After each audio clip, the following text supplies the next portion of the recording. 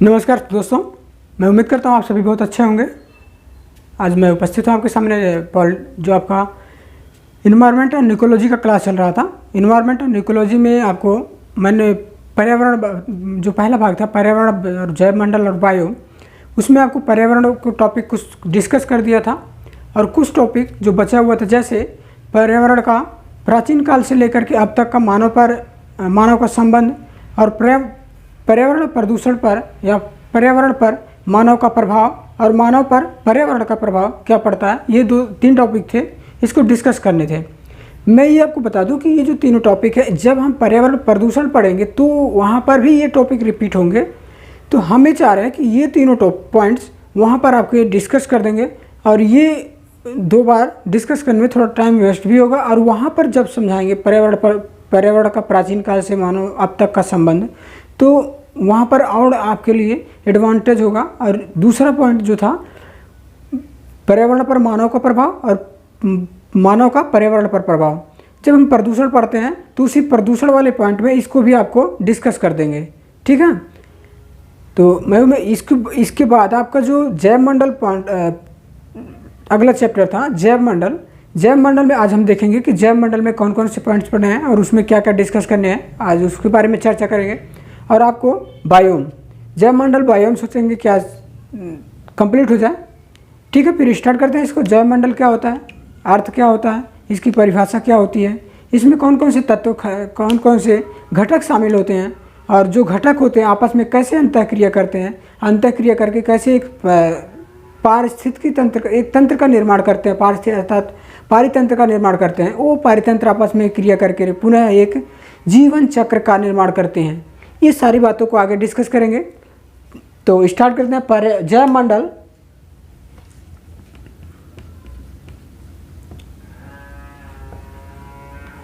आपको जैव मंडल पढ़ने से पहले आपको एक बात ध्यान में रखना होगा। जब मैं पर्यावरण पढ़ा रहा था, पर्यावरण पढ़ाते समय आपको मैं घटक बताया था, अर्थात उसके जो कंपोनेंट हैं उसके बारे में डिस्कस किया था। जैविक घटक, अजैविक घटक, ऊर्जा घटक, इन तीनों के बारे में आपको मैं बता दिया था कि जैविक घटक में कौन कौन से आएंगे, अजैविक घटक में कौन कौन से आएंगे और आपके ऊर्जा घटक में कौन कौन से आएंगे। ये बात आपको ध्यान में रखना होगा क्योंकि ये बात यहाँ पर भी आने वाले पॉइंट्स में रिपीट होंगे और उस बात को आपको पहले जान लेना ज़रूरी होगा। जैविक घटक में कौन कौन से, अजैविक घटक में कौन कौन से और ऊर्जा घटक में कौन कौन से, ठीक। यहाँ जैव मंडल को आपको छोटे छोटे वर्ड, पहले हम क्या करेंगे जैव मंडल को पढ़ने के लिए छोटे छोटे जो वर्ड हैं उस वर्ड को डिफाइन करेंगे, डिफाइन करके उस वर्ड को आपस में जोड़ेंगे, आपस में जोड़ करके फिर हम उसे एक परिभाषित रूप में कन्वर्ट कर देंगे।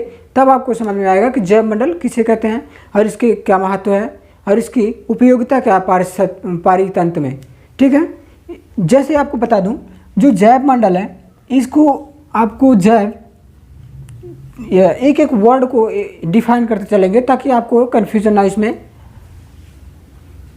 जैव मंडल, यहाँ पर जैव और मंडल 2 वर्ड है। ये जैव क्या है, जैव यहाँ जीवों से संबंधित है। मंडल यहाँ आपका पृथ्वी से संबंधित है। जीवों की अपेक्षा जो बचता है, जीवों के बाद जो चीज़ें बचती है वो मंडल में कन्वर्ट आ जाता है आपका जैव मंडल। और ये जो पृथ्वी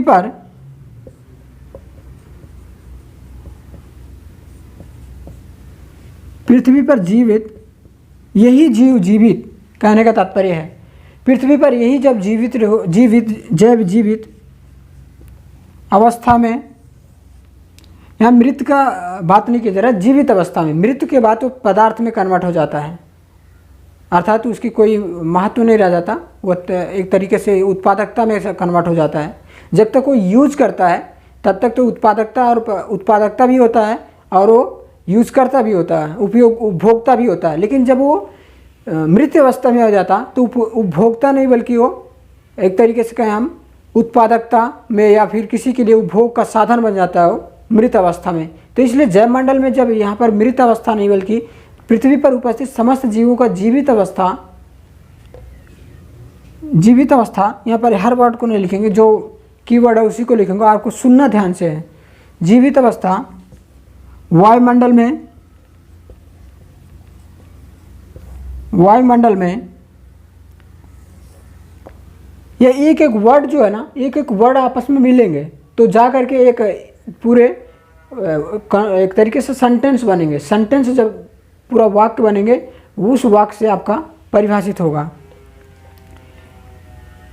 जीवमंडल जीवित अवस्था में, पृथ्वी पर जीवित अवस्था में रहते हैं तो उनका पृथ्वी के चारों ओर, यहाँ पर लिखते हैं कि पृथ्वी के चारों ओर, पृथ्वी के चारों ओर जीवित अवस्था में वायुमंडल पर उपस्थित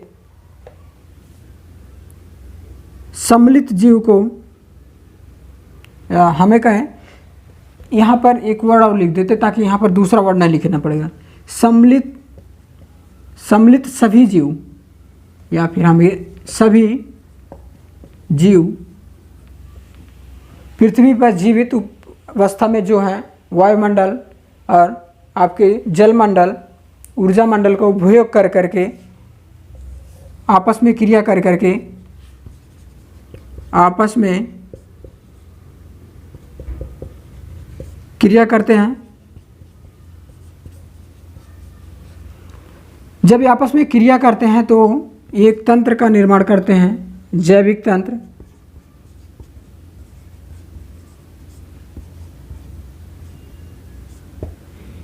जैविक तंत्र जो निर्माण होगा वो कहाँ निर्मित होगा? जैविक तंत्र निर्मित होगा जैव मंडल में ही। जैविक तत्व आपस में क्रिया करके जैविक और अजैविक ऐसे भी लिख सकते हो, अजैविक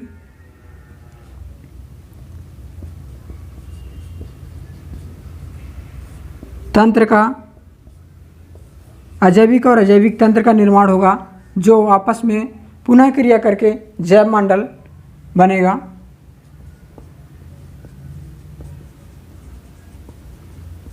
ठीक है, ये आपको इस तरीके से डिफाइन करेंगे कि जीव पृथ्वी पर उपस्थित समस्त जीवों, अजैविक जैविक, समस्त जीवों इसी में आ जाएंगे। जैविक अजैविक आपस में अंतःक्रिया करते हैं, वो जैव मंडल के भाग हैं।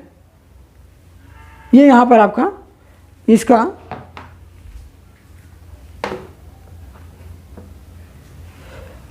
जो आपको ये सम्मिलित कर लिया जाता है तो इसी को हम जैव मंडल बोला जाता है। ठीक है, ये रहा आपका जैव मंडल।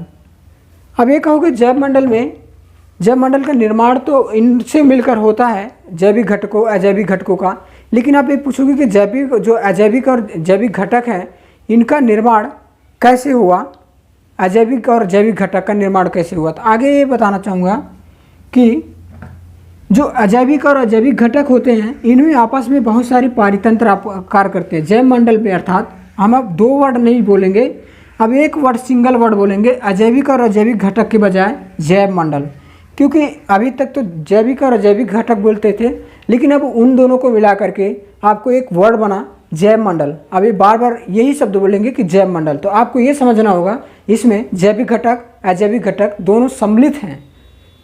ठीक है, जो जैविक घटक हैं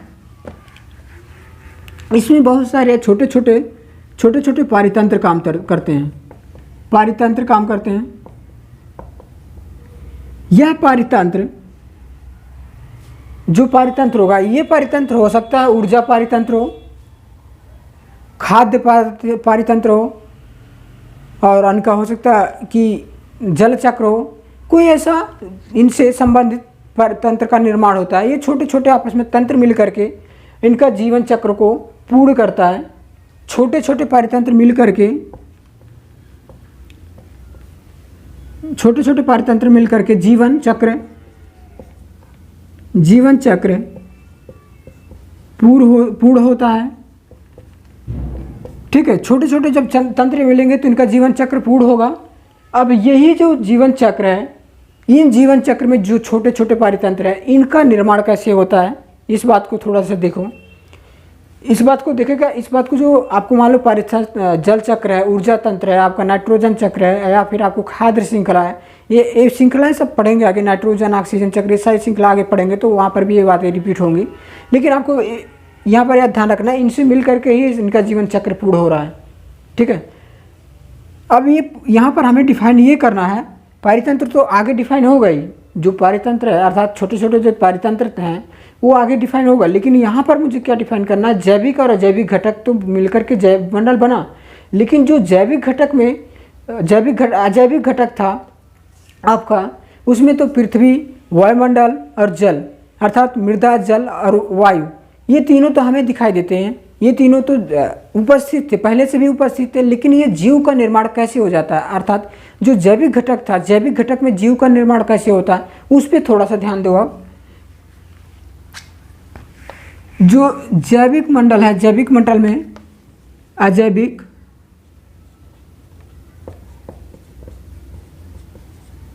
अजैविक में क्या था, जल था, वायु था और क्या था, मृदा था, अर्थात मृदा मतलब पृथ्वी था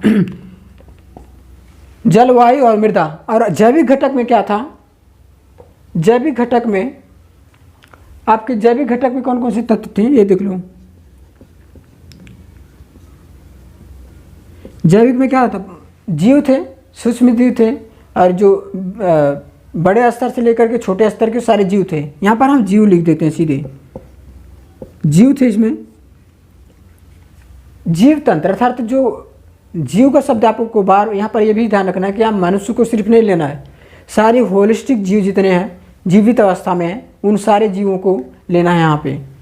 तो इनका निर्माण कैसे हुआ ये तो पता है कि अब अलग अलग टॉपिक में ये सब डिफाइन करेंगे कि इनका निर्माण कैसे होता है अजैविक घटक का, लेकिन इनका निर्माण यहाँ डिफाइन करना जरूरी हो, क्योंकि आने वाले इन्हीं से ही हमें 3, 4, 5, 6 वर्ड पढ़ने पड़ेंगे। जैसे आपको जैविक अभिलक्षण, आपको जातीय अभिलक्षण क्या होता है अर्थात जातीय विशेषता क्या होती है, इस टर्म को भी हमें डिफाइन करना होगा, इसी से डिफाइन करेंगे।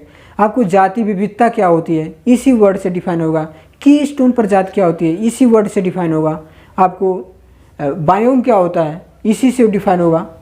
ऐसे और 2-4 वर्ड हैं, उनको भी इन सबको डिफाइन करने के लिए हमें ये वर्ड पूरे अच्छे तरीके से समझना होगा। ये अगर इसको समझ लेंगे कि इनका निर्माण कैसे होता है, तो हम जो अभी वर्ड बोला हूँ इसको डिफाइन करने में अर्थात इनको परिभाषित करने में आपको दिक्कत भी नहीं होगा, आप समझ जाओगे आसानी से। तो स्टार्ट करते हैं। जो जीव है, आप एक ग्राफ बनेगा, इसमें ग्राफ का एक चार्ट बनेगा, चार्ट की तरह ग्राफ होगा तो दूसरी तरह चार्ट बनेगा। जो जीव की मैं बात कर रहा हूँ, ये जीव सुरक्षित अवस्था में पहले से ऐसे ही तो थोड़ी था। जीव का मतलब आज जो मैं जैसे हूँ ऐसे पहले से थोड़ी था। ये जीव पहले यहाँ पर जीव न लिख करके यहाँ लिखे, हम किसका उपयोग करेगा, पृथ्वी, जल, वायु, ठीक है, इन तीनों को उपयोग करेगा। ये कौन, छोटा सा एक अणु और परमाणु, अणु और परमाणु, जिसे आप दोनों में एक ही वर्ड दोनों को मान सकते हो। अणु और परमाणु जो होगा इन पृथ्वी पर उपस्थित जल, मृदा, वायु का उपयोग करेगा। जल, पृथ्वी, मृदा अर्थात पृथ्वी का मतलब यहाँ पर मृदा होगा, जल, पृथ्वी और वायुमंडल का उपयोग करेगा। ये कौन, अणु उपयोग करेगा। फिर क्या बनेगा, अणु का उपयोग करके क्या बनेगा। आप बायोलॉजी थोड़ा सा डिफाइन कर लो, क्योंकि बायोलॉजी में चीज़ें आप पढ़ोगे। और शॉर्ट नोट प्रोग्राम में जो पहला चैप्टर था आपको यही मैंने डिफाइन किया था कि इसका निर्माण कैसे होगा, तो वहाँ से भी रिवाइज कर सकते हो। यहाँ पर हमें बस डिफाइन करना है इसको कैसा निर्माण होता है, और उसके जोग्राफिकल पॉइंट ऑफ व्यू से अर्थात है जो इकोसिस्टम है उसके इकोसिस्टम की दृष्टि से इसको पढ़ेंगे। कोशिका का निर्माण होगा, कोशिका का निर्माण होगा। जो कोशिका होगा अणु और परमाणु के सम्मिलित होने से, अर्थात जो माइटोकॉन्ड्रिया, डीएनए पढ़ोगे आप, उसमें पढ़ाया गया था वो माइटोकॉन्ड्रिया, डीएनए और उसमें आरएनए, जो सारी चीज़ें मिल करके आपके कोशिका का निर्माण हुआ। कोशिका, हमें कहेंगे कोशिका में क्या क्या मिलता है, तो कोशिका केंद्र, ये सब डिफाइन किया था ना बायोलॉजी में, जो 60 नोट प्रोग्राम था उसमें सारे वर्ड डिफाइन किए गए हैं। तो आप वहाँ से देख सकते हो कि ये वर्ड क्या है। कोशिका का निर्माण हुआ। कोशिका के निर्माण के बाद कोशिका छोटे छोटे अणु, परमाणु और आरएनए, डीएनए, माइटोकॉन्ड्रिया, ये जो वर्ड है इनसे मिलकर के बना। कोशिका का जब बृहद समूह होता था, कोशिका बहुत सारी छोटी छोटी कोशिकाओं से मिलकर के कोशिकाओं का समूह बनता है। कोशिका का समूह बनता है। एक बार मैं इसको पढ़ा चुका था, बट उसमें रिकॉर्डिंग में थोड़ा प्रॉब्लम आया था, बस इसी वजह से इसको हमें अपलोड नहीं हो पाया। दरअसल उसमें क्या हुआ था, मैंने क्लास चल रहा था, पूरी क्लास चल रही है, बट उसमें माइक ऑन ही नहीं था। माइक ऑन नहीं होने की वजह से इसको फिर दोबारा दिखाना पड़ा, रिकॉर्ड करना पड़ा। ऐसे ही कुछ प्रॉब्लम था ना, ऐसे ही कुछ प्रॉब्लम था उसमें, तभी वो, क्योंकि ये लेसन मैं एक बार पढ़ा चुका हूँ, फिर भी दोबारा रिपीट करना पड़ रहा है इसको आपके लिए, क्योंकि मिलना तो सबको चाहिए ये टॉपिक का पॉइंट। ठीक है, आगे चलते हैं। कोशिका का समूह, कोशिका समूह का निर्माण होगा, अर्थात बहुत सारे कोशिका का निर्माण होगा। ठीक है, ये कोशिका के समूह का निर्माण होगा। कोशिकाओं का समूह जब बनेगा तो ये छोटी छोटी कोशिकाओं के समूह के माध्यम से, छोटी छोटी कोशिकाओं के माध्यम से कोशिका समूह बना। जब ये कोशिकाओं का समूह बना तो उससे अंग का निर्माण हुआ, अंग का निर्माण हुआ। ये जो अंग होंगे, अंगों के समूह का निर्माण होगा। अंग तंत्र बन जाएगा, ऐसे कहें, अंगों का तंत्र बन जाएगा, अर्थात पूरा शरीर बन जाएगा, शरीर बन जाएगा। और यहाँ पर जो शरीर है, ये यहाँ पर मानव शरीर की बात नहीं हो रही सब, यहाँ पर जीवों, सारे जीवों के शरीर बनकर, जीवों का शरीर,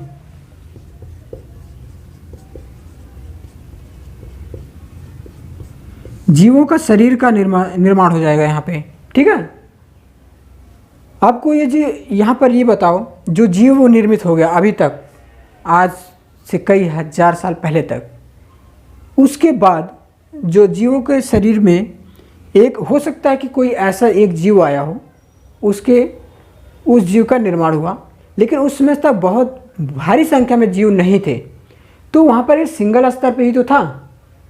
अब इसी के बाद हमारा इन्वायरमेंट का टॉपिक स्टार्ट होता है। अभी तक तो ये जितना था, ये इतना 4-5 पॉइंट बायोलॉजी का टर्म था, लेकिन यहीं से हमारा इन्वायरमेंट स्टार्ट होता है, अर्थात पारितंत्र स्टार्ट होता है।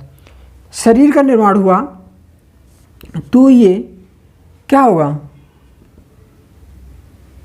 जीवों का एक छोटा समूह निर्मित होगा, जीवों का समूह निर्मित होगा, जीवों का समूह। यह हो सकता है जो एक ही प्रकार के जीवों का समूह हो, एक ही प्रकार के, बात को समझो यहाँ पे, यह भी तो हो सकता है कि एक ही प्रकार का जीवों का समूह होए जो शुरुआती स्तर पे, और हो सकता है कि जब ये और थोड़ा वृद्धि हुई हो इसकी, अर्थात और थोड़ा समय बीता हो, तो इनमें विविधता आई हो। एक ही जीव में, जैसे एक ही माँ बाप की होता है कि एक ही माँ बाप के ऐसे बहुत सारे होता है कि कुछ छोटे हल्का हो जाते हैं, कुछ हल्के गोरे हो जाते हैं, हल्का काला, हल्का बड़ा हो जाता, कुछ हल्का छोटा हो जाता। ऐसा क्यों? कुछ उसमें मिसमैच, अर्थात उसमें कुछ डीएनए में कुछ ऐसा टेक्निकल, हम कहें कि जो उसमें प्रौद्योगिक स्तर पर कोई चेंजिंग होता होगा, तब तो ऐसा होता होगा। इसी तरीके से इनमें मान लो इनके डीएनए में कोई प्रजनन स्तर पे कोई क्रिया होता होगा जिसमें इसमें विविधता आती है। तो हमें कहें जीवों के समूह में विविधता आना, कई जीवों का कई प्रकार का समूह हुआ। अब यहीं से हम वो डिफाइन करेंगे कि जाति विविधता क्या है कि, और जाति विशेषता क्या है, यहीं से हम डिफाइन करेंगे उस वर्ड को। कई प्रकार के जीवों का समूह आ जाए, ये कैसे होगा? यहाँ ये प्रजनन स्तर पर होगा कि इनकी प्रजनन स्तर पे कोई ऐसा डीएनए आरएनए में चेंजिंग हुई हो कि इनकी प्रजनन स्तर जब इनका निर्माण हुआ हो तो ये इनमें विविधता आ गई हो। कई प्रकार के जीवों का समूह होगा।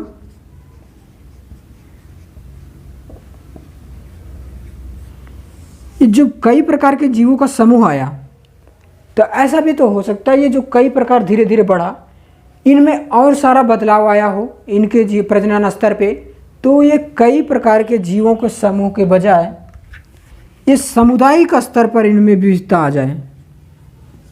समुदाय के स्तर पर इनमें विविधता आ जाए, तो ये बड़े लेवल का है। ये छोटे जीवों का समूह आया, एक ही प्रकार का हो सकता है, फिर उससे प्रजनन स्तर में थोड़ी सी चेंजिंग आई, तो कई प्रकार के जीवों का समूह निर्मित हुआ। उनमें प्रजनन स्तर पे थोड़ा सा बदलाव, RNA DNA आपको पढ़ोगे बायोलॉजी के साथ 10-8 नोट प्रोग्राम में भी मैं बताऊंगा आपको कि उसमें कैसी परिवर्तन होता है इनके में प्रजनन स्तर पे। तो ये चीज़ें यहाँ पर कई प्रकार के जीवों के समूह के बाद उनमें सामुदायिक स्तर पर इनमें विविधता आने स्टार्ट हो जाता है। ठीक, अब यही वर्ड आपको ध्यान में रखना, इसको मिटा नहीं रहा हूँ। इसी से हमें डिफाइन करना क्या है, जैविक जातीय अभिलक्षण क्या होता है या सामुदायिक अभिलक्षण क्या होता है, जातीय विविधता क्या होती है, और आपका की स्टोन प्रजाति क्या होता है। ये सारे वर्ड आपको डिफाइन करने हैं। और आपको जैसे बायोम क्या होता है, ये सब वर्ड को डिफाइन करने हैं। ये यहाँ इसको मिटाता नहीं हूँ, आड़ू या फिर दोबारा लिख देते हैं थोड़ा सा।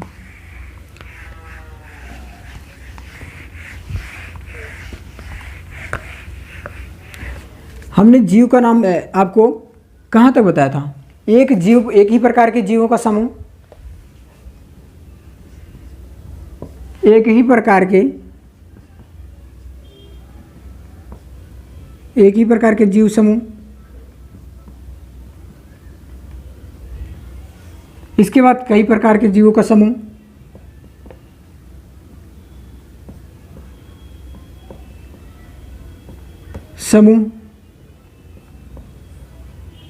समुदाय के स्तर पर कई प्रकार के समूह,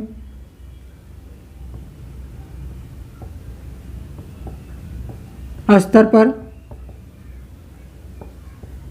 कई प्रकार के समूह।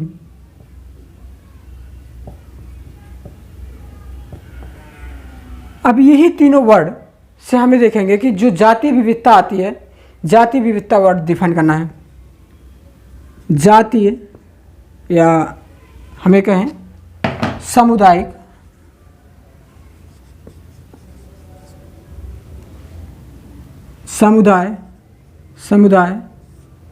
सामुदायिक अभिलक्षण क्या होता है,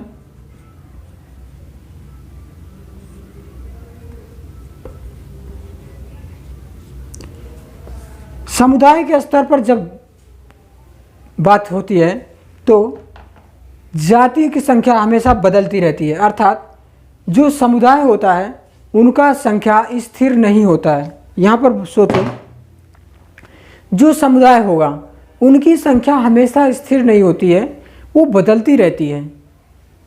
यहाँ पर कई प्रकार के समुदाय हैं, ये सोचो कई प्रकार के समुदाय हैं। इन समुदाय में कुछ ऐसे भी समुदाय होंगे कि जिनकी संख्या घटती बढ़ती होगी, कुछ ऐसे समुदाय होंगे जिनकी संख्या ज़्यादा होगी, कुछ ऐसे समुदाय होंगे जिनकी संख्या कम होगी। तो इनमें जिनकी संख्या ज़्यादा होगी वो प्रबल स्तर पर होंगे, अर्थात वो डोमिनेंस की अवस्था में होंगे। उनकी जिनकी संख्या ज़्यादा होगी उनकी उत्पादकता अधिक होगी, जातीय समुदाय की जाति की वर्ष भर संख्या स्थिर नहीं रहती है।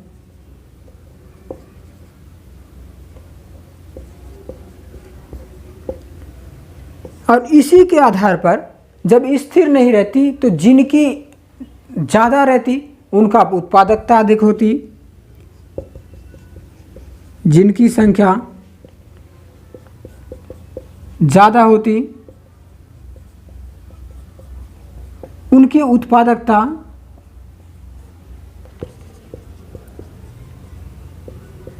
अधिक होती है, ऐसे कहो। जिनकी उत्पादकता अधिक होती उनका क्या होगा, उनका जैव भार भी अधिक होगा, अर्थात जैव भार अधिक होगा। ये इनकी विशेषता है जैविक समुदाय की। जो आपके समुदाय का स्तर पर जो विविधता पाए जाते हैं, उन विविधता में जिनकी डोमिनेंस की स्थिति होगी उनकी ये विशेषता है, उन्हीं की विशेषता पढ़ेंगे। जो डोमिनेंस में कम है उनकी विशेषता भी, उनका इसका उल्टा लगभग हो जाता सारी बातें। उनका जैव भार कम होगा, उत्पादकता कम होगा, उनकी संख्या स्थिर घटती चली जाती है, और जो डोमिनेंस होता है उसकी प्रबल स्थिति में और बढ़ता आगे चला जाता है।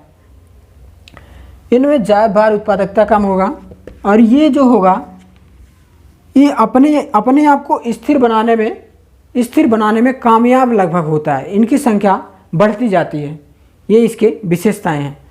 और इसके अगर कहें कि समुदाय का विलक्षण की डिफाइन कैसे करेंगे, तो अर्थात परिभाषा अगर कोई पूछे कि सिंगल वर्ड में बोलो कैसे लिखेंगे, तो जो समुदाय समुदाय स्तर पर जिस प्रजाति की जनसंख्या स्थिर होती, जिस प्रजाति की संख्या या जाति की संख्या अधिक होती है, वो डोमिनेंस की अवस्था में होता है, उसकी उत्पादकता अधिक होती है, वो दूसरे पर हावी होता है, उस जाति या प्रजाति के समुदाय।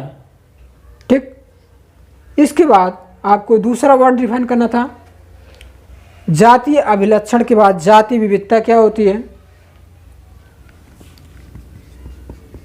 जातीय विविधता क्या होती है? विविधता का मतलब ये है, यहाँ पर उसमें जो मान लो कई जातियों का समूह है। यहाँ पर एक बात और ध्यान में रख लेना, यहाँ पर जाति शब्द मैं ले रहा हूँ तो ये जो यहाँ पर अपने यहाँ मानव कल्चर में अर्थात ह्यूमन में जो आप यहाँ पर आपके सबऑर्डर क्लास लोअर क्लास ऐसे डिवाइड है, यहाँ पर उसकी तुलना इससे मत कर देना, क्योंकि ये बड़ा अनर्थ हो जाएगा, फिर अर्थ का अनर्थ हो जाएगा। ठीक है, यहाँ पर उसकी तुलना इससे मत कर देना, क्योंकि ये चीज़ें यहाँ पर अलग स्तर की हैं। यहाँ पर जो पढ़ाया जा रहा है ये जाति विविधता दूसरी चीज़ है। अर्थात यहाँ पर ये सोचो, एक साथ में मानव भी रह रहा है, पशु भी रह रहा है, पक्षी भी रह रहा है, सरीसृप भी रह रहा है, इनकी विविधता की बात की जा रही है। अगर ये बात नहीं ध्यान में अभी तक था तो अब तक अर्थ का अनर्थ कर रहे थे तुम। ठीक है लेकिन हमें लगता है कि ऐसा करोगे नहीं।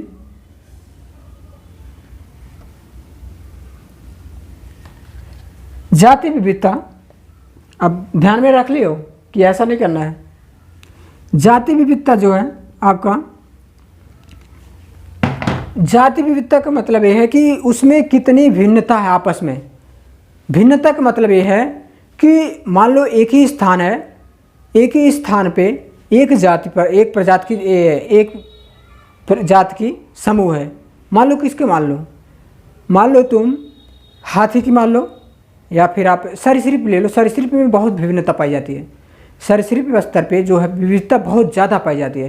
कीट मकोड़े से लेकर के क्योंकि जो बहुत सारे छोटे छोटे कीड़े भी होते हैं उनको सरीसृप में गिना जाता है, और जो थोड़ा हल्के बड़े होते हैं उनको भी सरीसृप में गिना जाता है। इसलिए इसमें विविधता बहुत ज़्यादा होती है, और जो जितना हम ऊपर जाते हैं उनकी विविधता कम होती जाती है। जैसे बड़े स्तर पे हाथी को ले लो, हाथी की जो विविधता होगी, सूंड होगा उतना, आँख पैर, उसका जो बॉडी स्ट्रक्चर होगा, ज़्यादा विविधता उसमें नहीं पाई जाती होगी। हाँ पाई जाती है, जैसे अफ्रीकन हाथी, इंडियन एशियन हाथी और आपका अमेरिकन हाथी, इसमें थोड़ी थोड़ी जलवायु के स्तर पर विविधता मिल जाती है। लेकिन ज़्यादा विविधता ऐसा नहीं कि उसमें 3 पैर होता है इसमें 4 पैर होता, ऐसा नहीं होता।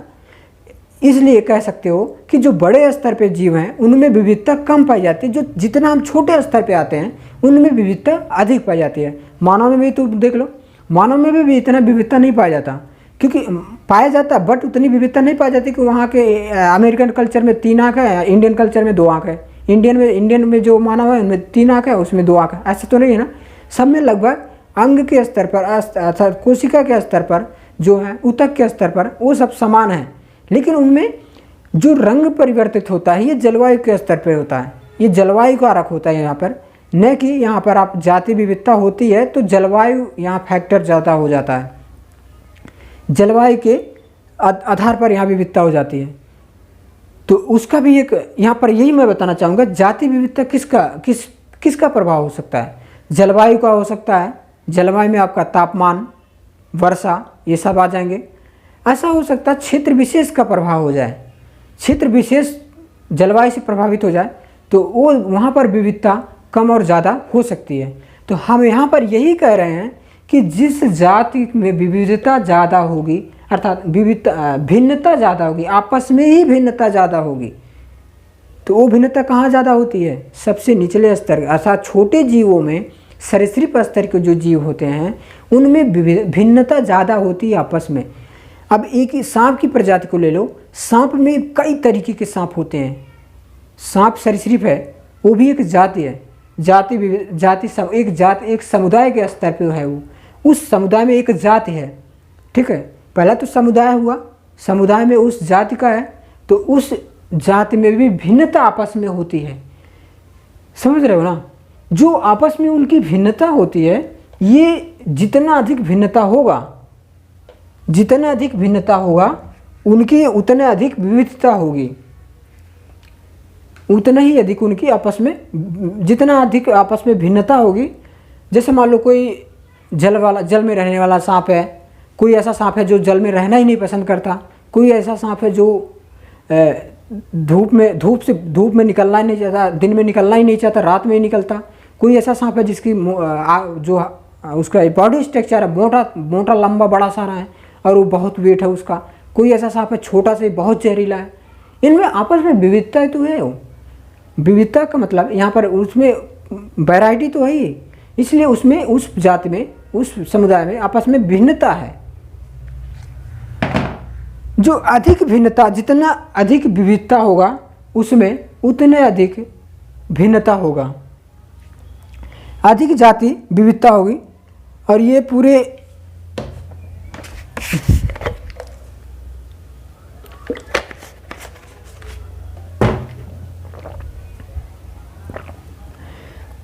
यहाँ जलवायु का प्रभाव ज़्यादा है। जैसे आपको मरुस्थलीय स्तर पे देख लो, प्रायद्वीपीय स्तर पे देख लो, आप पर्वतीय क्षेत्र में देख लो, आप उष्णकटिबंधीय क्षेत्र में देख लो, अर्थात ट्रॉपिकल जोन में जो भूमध्य रेखीय प्रदेश है, भूमध्य रेखीय अर्थात भूमध्य क्षेत्र के, भूमध्य रेखा के आसपास के जो क्षेत्र हैं उसमें जहाँ पर हमें जलवायु की और तापमान अधिक होगा, यहाँ मैं ये बताना चाहूँगा आपको कि विविधता पाई कहाँ ज़्यादा जा सकती है। तब तो हम जान पाएंगे कि यहाँ पर भिन्नता ज़्यादा होगी कि कम होगी। तो हम कह रहे हैं कि जो जलवायु प्रदेश है, उष्णकटिबंधीय जलवायु प्रदेश, वहाँ पर भिन्नता ज़्यादा होती है। भिन्नता ज़्यादा होने की वजह से वहाँ पर विविधता भी ज़्यादा हो जाती है। जिस जगह भिन्नता ज़्यादा होगी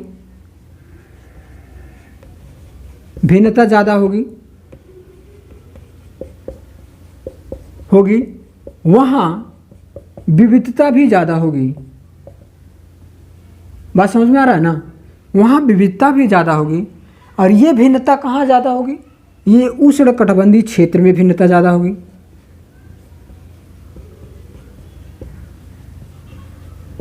उष्णकटिबंधीय क्षेत्र कहाँ होगा? आपको ये तो पता ही होगा, जो इक्वेटर जोन अर्थात भूमध्य रेखा के आसपास के क्षेत्र हैं, अर्थात उत्तर में उसके दक्षिण में जो भाग है वो मैं कह रहा हूँ 30 डिग्री के आसपास, 30 डिग्री 30 अंश के इधर उधर।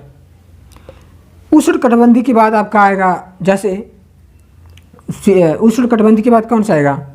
आप उससे कहते हो कि समशीतोष्ण आ जाएगा, शीतोष्ण आ जाएगा, शीतोष्ण, समशीतोष्ण, ये सारे भाग। उसके बाद आपका मरुस्थल, आपका उसके बाद टुंड्रा प्रदेश। जितना हम इक्वेटर से पोल की तरफ जाते हैं, जाति भिन्नता में कमी आती है, इसीलिए उसमें जाति विविधता में भी कमी हो जाती है। मैं जो कह रहा हूँ उस वर्ड को ध्यान से सुनो, आप फिर उस पर एनालाइज करो। मैं ये कह रहा हूँ कि उष्णकटिबंधीय क्षेत्र से जैसे जैसे हम टुंड्रा प्रदेश की तरफ जाते हैं तो जाति भिन्नता में कमी आती है। जातीय भिन्नता में कमी होने की वजह से जातीय विविधता में भी कमी हो जाती है। अर्थात उनमें संख्या के स्तर पे कमी होने के, संख्या में जो भिन्नता कमी होने की वजह से उसके पूरे जातीय स्तर पे भी विविधता जो होती है उसमें भी कमी हो जाती है। और ये होता कहाँ से है, इसको आपको ध्यान में रखना है। इस पे क्वेश्चन जो है, इस पे क्वेश्चन ये है कि जो उष्णकटिबंधीय क्षेत्र में भिन्नता कहाँ ज़्यादा होगी, उष्णकटिबंधीय क्षेत्र में या फिर आपको टुंड्राई प्रदेश में। तो आपको आंसर क्या देना, उष्णकटिबंधीय क्षेत्र में आपकी विविधता ज़्यादा होगी। यही क्वेश्चन था, जातीय विविधता कहाँ ज़्यादा होगी। तो आपको इसको ध्यान में रखना है कि उष्णकटिबंधीय जो ट्रॉपिकल जोन है भूमध्य रेखा से आपको टुंड्रा प्रदेश की तरफ जाने पर जातीय विविधता में कमी आ जाती है। इस पे क्वेश्चन बनता है, इस वर्ड पे क्वेश्चन बनता है। और जातीय जो समुदाय पढ़ाया था, आपको जो सामुदायिक विलक्षण पढ़ाया था, जातीय विशेषता जो पढ़ाया था, उस पर भी क्वेश्चन बनता है कि इस जाति में कौन स्थिर होगा ज़्यादा, कौन सी जाति के समूह ज़्यादा स्थिर होंगे, ट्रॉपिकल जोन के या टुंड्राई प्रदेश के। स्थिर कहाँ ज़्यादा होंगे, किनकी डोमिनेंस ज़्यादा होगा, तो वो होगा आपके इक्वेटर के, अर्थात जो आपका भूमध्य रेखा क्षेत्र है वहाँ के जो प्रजाति होंगे उनकी संख्या स्थिर होगी, स्थिर का उनकी संख्या लगातार बढ़ती जाएगी। और जो टुंड्राई प्रदेश है उनकी संख्या ऐसा हो सकता है कि गिरावट आ जाए और उनकी संख्या में कमी होने की वजह से उत्पादकता कम हो जाएगी। और जो टुंड्रा आपको इक्वेटर जोन के हैं इनकी संख्या वृद्धि होती चली जाएगी और इनका डोमिनेंस बढ़ता जाएगा। इस पे क्वेश्चन ऐसे ही पूछा गया था कि इस क्षेत्र में जाति जो सामुदायिक अभिलक्षण है किस क्षेत्र में स्थिर रहेगा और किस क्षेत्र में बढ़ेगी और किस क्षेत्र में कमी की आशा दिख सकती है। तो जो बढ़ने की आशा है आपका टुंड्रा भूमध्य रेखा वाले क्षेत्र का इलाका जो है आपको वहाँ के क्षेत्र हैं। और इसके अगला वर्ड क्या था, की स्टोन प्रजाति। की स्टोन प्रजाति कौन होते हैं, की का मतलब आप कीवर्ड से समझ लो कि जो कीवर्ड होगा वो कौन होगा, जिसका प्रभाव ज़्यादा होगा, अर्थात जिसका इम्पोर्टेंस ज़्यादा होगा, जो एक दूसरे को जोड़ कर रखता होगा, जो एक दूसरे के लिए काम कर, जो एक दूसरे के लिए उपयोगिता बनता होगा, जो एक दूसरे को सहयोग के रूप में काम करता होगा, वही तो ज़्यादा इम्पोर्टेंस हो जाता है। की स्टोन प्रजाति वही होता है जो, आपको एक एग्जांपल देता हूँ। मान लो एक जंगल है, एक जंगल में बहुत सारे पेड़ हैं और बहुत सारे जीव जंतु रह रहे हैं। उस जीव जंतुओं के लिए मान लो शेर रहता है, बकरी रहती है, आप और सारे जीव रहते हैं, बंदर भी रहता, पक्षी भी रहते, सरीसृप भी रहते। उनके लिए खाने की उपलब्धता जो होगी सब सीजन वाइज सीजन खाने का जो उत्पादन होता है। जीव तो एक साल में मर नहीं जाते, ज़्यादा बहुत कम चांस से मरे, उनको 1-2 साल 4 साल 5 साल 10 साल 20 साल ऐसे जीवित रहते हैं। लेकिन जो खाने की उपलब्धता होती है, जैसे कुछ पौधों का उत्पादन, उनको जो फसल लगते हैं वो गर्मी में होता, कुछ का ठंडक में होता, कुछ में बरसात में होता, ऐसा 3 महीने 4 महीने के उनका फसल चक्र चलता रहता है। तो कुछ ऐसे फसल चक्र होंगे जिनमें पूरे साल भर उपलब्धता होगी। इसकी इम्पोर्टेंस इसीलिए बढ़ जाती है क्योंकि वो जो जीव हैं उस जंगल में उस जीव के लिए वह पौधा उपयोगी ज़्यादा हो जाएगा जो हमेशा खाने की उपलब्धता लगातार दिलाएगा। और जो 3 महीने के लिए देगा फिर अपने छुट्टी ले लेगा, अर्थात उस पर कोई खाने की योग्यता नहीं रह जाएगी, उत्पादन स्तर पे कुछ भी नहीं कर पाएगा, उसकी इम्पोर्टेंस कम हो जाएगी। और जो साल भर अपने आप को उत्पादन करता रहेगा और उसके लिए वहाँ के जीवों के लिए उपभोग के स्तर पे उपलब्ध कराता रहेगा, तो वो क्या होगा, उसकी इम्पोर्टेंस ज़्यादा हो जाएगी। इसका एग्जाम्पल आप बुकिस्ट नॉलेज के रूप में आप देख लो कि अंजीर का एक एग्जाम्पल लिया जाता है जो बुक में एग्जाम्पल के रूप में दिया जाता है। अंजीर एक वन क्षेत्र में की स्टोन की प्रजाति है। क्यों? क्योंकि उस पर जो फल होते हैं और जो उस पर प्रोडक्टिविटी होती है वो साल भर बनी रहती है। साल भर बनी रहने की वजह से उसके आसपास के जो जीव जंतु होते हैं, अर्थात जो वहाँ के उस इलाके के उपभोगकर्ता वाले होते हैं, उनके लिए वो उपभोग करना आसान हो जाता है और उनकी साल भर की उपलब्धता बनी रहती है।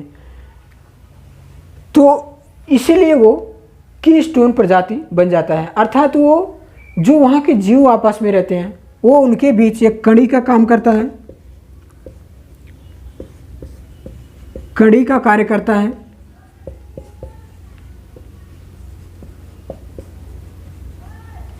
यह जीव एक दूसरे पर निर्भर होते हैं।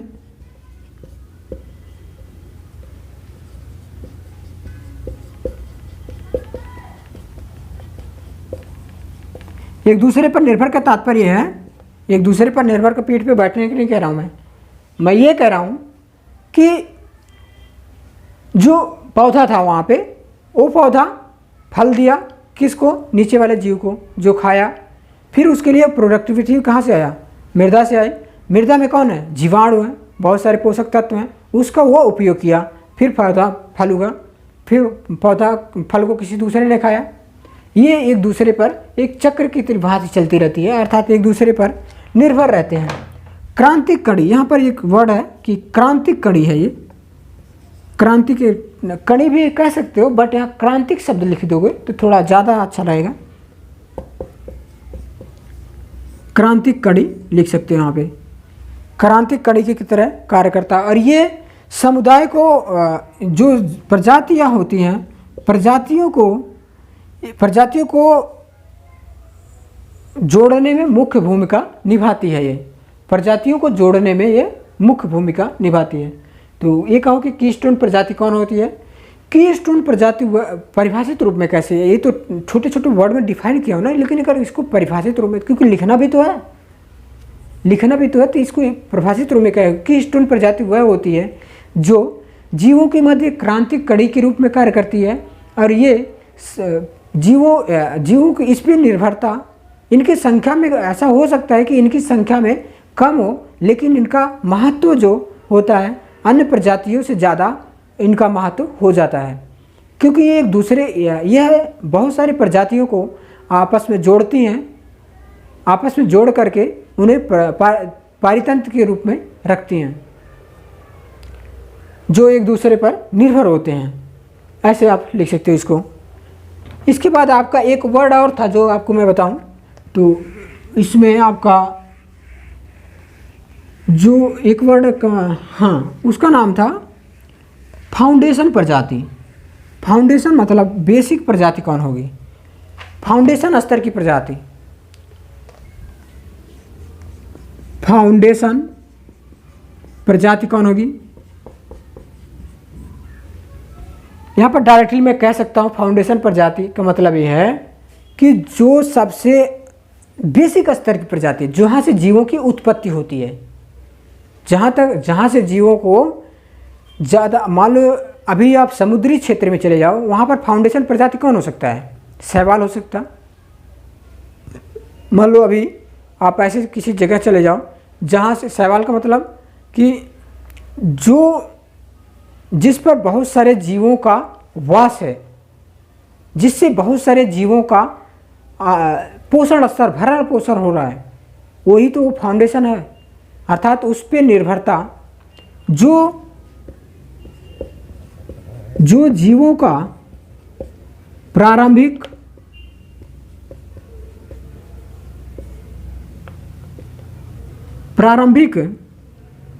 अवस्था में, प्रारंभिक पारितंत्र का कड़ी होता है, प्रारंभिक पारितंत्र का कड़ी होता है या होती है। और ये अपने स्तर पे जो होते हैं सबसे न्यूनतम स्तर पे होते हैं। ये प्रजाति अपने स्तर पर, अपने स्तर का मतलब है ये खुद अपने आप नीचे रहता है, दूसरों को सुरक्षा और सहायता करता है। अपने स्तर पर नीचे रहता है, दूसरों को क्या करता है, दूसरे को सुरक्षा और सहायता करता है, दूसरों को सुरक्षा, संरक्षण और सहायता करता है। सहायता, संरक्षण,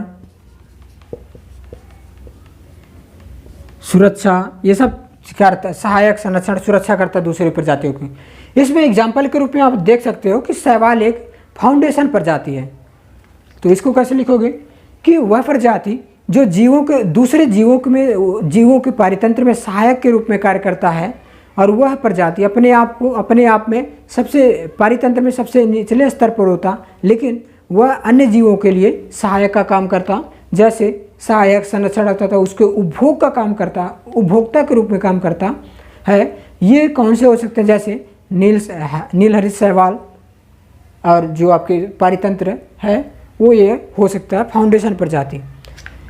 दूसरा वर्ड एक था सांकेतिक प्रजाति। कौन सा हो सकता है? सांकेतिक का मतलब यहाँ पर ये है, बहुत सारे आप छुई मुई का पौधे का नाम सुने होंगे, आप छुई मुई पौधे का नाम सुने होंगे, वो भी एक सांकेतिक प्रजाति तो मान सकते हो, क्योंकि उसको छूने पर तुरंत वो सिकुड़ जाती है, क्योंकि वो जान जाती है कि हमारे आसपास कोई खतरा आने वाला है, तो अपने आप को सिकुड़ लेती। इसका कोई टर्म नहीं, मैं टेक्निकल वर्ड नहीं जान पाता, लेकिन इसका बेसिक वर्ड है। जो इसमें दूसरी प्रजाति है सांकेतिक प्रजाति।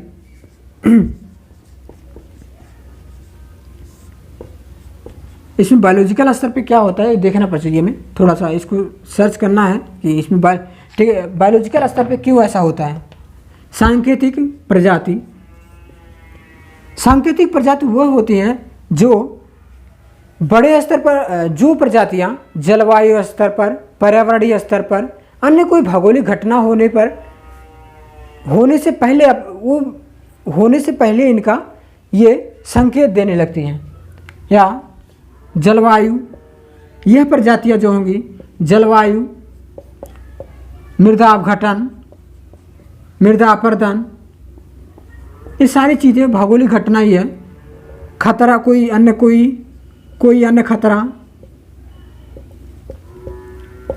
खतरा होते हैं, तो ये प्रजातियां मान लो कोई बाहरी प्रभाव आता है, जलवायु परिवर्तन, पर्यावरण प्रदूषण, ये सारी खतरा ये तो है प्रजातियों के लिए। प्रजाति में मैं भी हूँ, आप भी हैं, तो हमारे लिए क्या है, हमारे लिए खतरा ही है।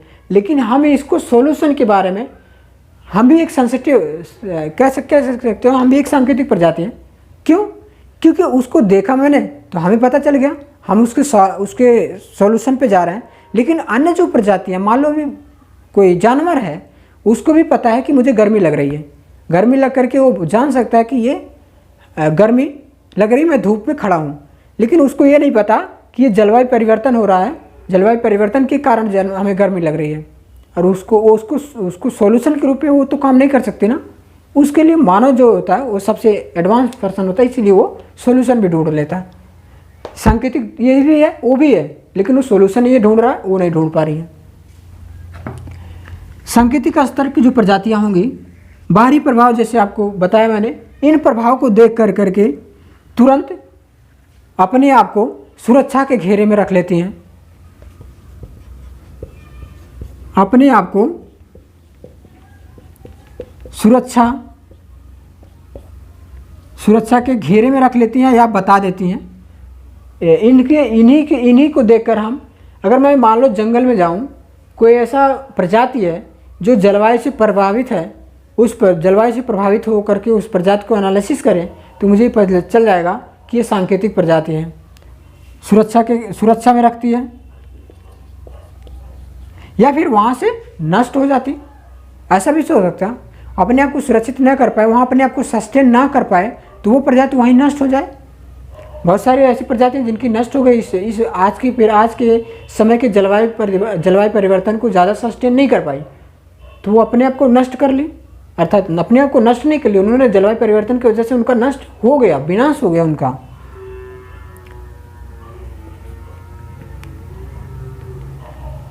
सुरक्षा में रख लेती, या फिर मृत्यु हो जाता, जो नहीं सस्टेन कर पाएगा मृत्यु हो जाएगा उनका।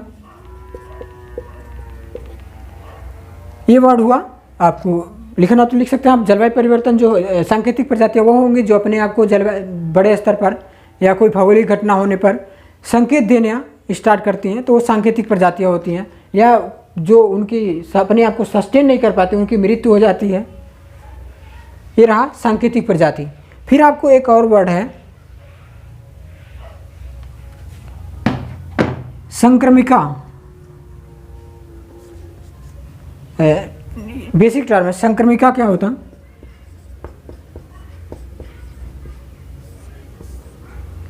जो संक्रमिका होगा, संक्रमण मानो तुम, ठीक है। जो दो समुदाय होंगे, दो समुदाय हैं, उन दोनों समुदाय, दो समुदाय होंगे, उन दोनों समुदाय के मध्य, उन दोनों समुदाय के मध्य में क्षेत्र होगा।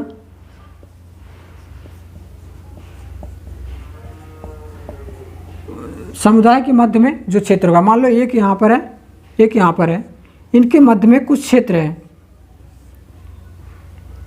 ये कुछ स्थान पर छोटे भी हो सकते हैं, कुछ स्थान पर छोटे भी क्षेत्र हो सकते हैं, कुछ स्थान पर है दो प्रजातियों के मध्य बड़े क्षेत्र भी हो सकते हैं। यही हमारा संक्रमिका क्षेत्र कहलाता है, अर्थात संक्रमण जोन कहलाता है। संक्रमण नहीं है, संक्रमिका है। संक्रमण हो जाएगा तो दोनों का मिक्सिंग हो जाएगा, वहाँ पे संक्रमण क्षेत्र हो जाएगा, बफर जोन हो जाएगा वो, समझे। लेकिन ये यहाँ पर संक्रमिका है, अर्थात दोनों के बीच का क्षेत्र जो होगा वो संक्रमिका कहलाएगा। ये वर्ड डिफाइन करने से ये फ़ायदा होगा आपको, जब प्रजातियों की विविधता वाले जो पॉइंट है वहाँ पर आपको पता चलेगा कि दो क्षेत्रों के, दो प्रजातियों के बीच में कुछ गैप भी होता है, तो उन गैप को क्या कहते हैं? संक्रमिका कहते हैं। बस इसमें ये जानना था कि दोनों क्षेत्र के बीच, दोनों समुदाय के बीच में जो क्षेत्र होता है उसे संक्रमिका कहते हैं। ये संक्रमिका बड़े भूभाग पे बड़ा भी, इनके बीच में बड़ा गैप भी हो सकता है, छोटा गैप भी हो सकता है। जैसे अभी मान लो यहाँ के और अमेरिका के क्षेत्र हैं, इनमें गड़बड़ा गैप है। अभी मान लो यहाँ से पाकिस्तान का क्षेत्र में बीच में जो प्रजातियों के बीच में गैप है, वो भी बड़ा है लेकिन कम बड़ा है। अभी मान लो कोई ऐसे छोटे स्तर पे ले लो, अभी आप हिमालय प्रदेश और पूर्वोत्तर हिमालय दोनों के बीच के मध्य संक्रमिका कम है। इस तरीके से कोर प्रभाव यहाँ देखना आपको, कोर प्रभाव क्या होता है। ज़्यादा लंबा तो क्लासेस नहीं हो रहा ना। कोर प्रभाव क्या होता है? मान लो एक पारिस्थितिकी तंत्र की अवधारणा है कोर प्रभाव। यह एक पारितंत्र की अवधारणा है।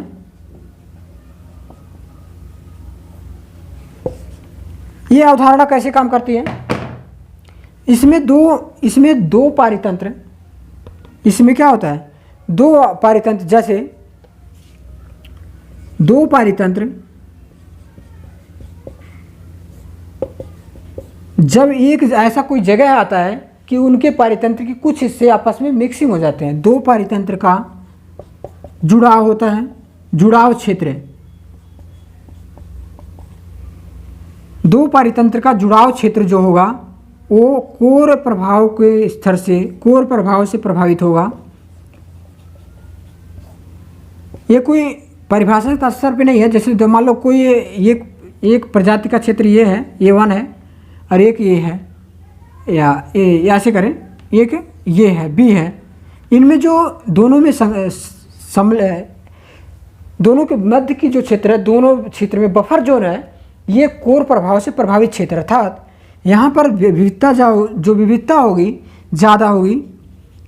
विविधता ये बताना। प्रिय व्यूअर, आप जुड़िए हमारे नेशनल ऑर्गेनाइजेशन प्रोग्राम में, जिसमें राष्ट्रीय स्तर की सारी ऑर्गेनाइजेशन को कवर किया जाता है।